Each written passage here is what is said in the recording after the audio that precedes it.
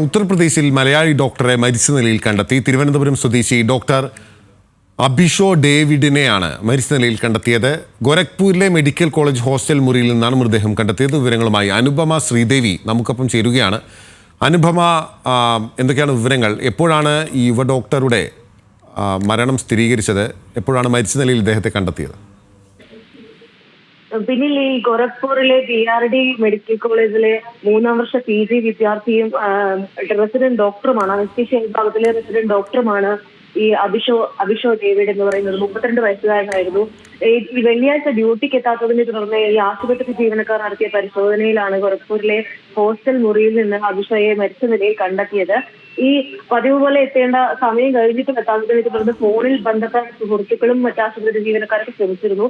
ഇത് ഇങ്ങനെ ഫോണിൽ ബന്ധപ്പെടാൻ കഴിയാഞ്ഞതിനെ തുടർന്നാണ് ഹോസ്റ്റലിലെത്തി പരിശോധന നടത്തിയത്. ഈ സമയം മുറി അകത്ത് നിന്ന് പൂട്ടിയ നിലയിലായിരുന്നു എന്നാണ് ഈ ജീവനക്കാർ പറയുന്നത്.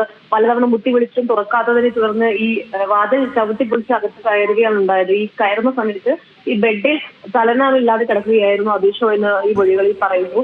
ഈ മൃതദേഹത്തിന് സമീപത്ത് നിന്ന് ചില മരുന്ന് കുപ്പികളും മരുന്ന് കുത്തിവെക്കാൻ ഉപയോഗിക്കുന്ന ഒരു സിറിഞ്ചും കണ്ടെത്തിയിരുന്നു. ഈ മരുന്ന് കുപ്പികൾ ഉണ്ടായിരുന്നത് ഒരു വൈക്കോറോണിയം ബ്രോമൈഡ് എന്ന് പറയുന്ന ഒരു മരുന്നാണ്. ഈ മരുന്ന് അനസ്തീഷ്യ വിഭാഗം ഡോക്ടറായിരുന്നു ഈ മരിച്ച അഭിഷോ.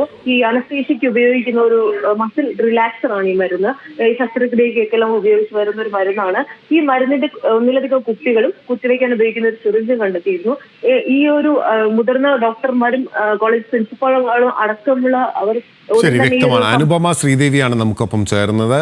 ഉത്തർപ്രദേശിൽ മലയാളി ഡോക്ടറെ മരിച്ച നിലയിൽ കണ്ടെത്തിയിരിക്കുകയാണ്. തിരുവനന്തപുരം സ്വദേശി ഡോക്ടർ അഭിഷോ ഡേവിഡിനെയാണ് മരിച്ച നിലയിൽ കണ്ടെത്തിയത്. ഗോരഖ്പൂരിലെ മെഡിക്കൽ കോളേജ് ഹോസ്റ്റൽ മുറിയിൽ നിന്നാണ് മൃതദേഹം കണ്ടെത്തിയത്.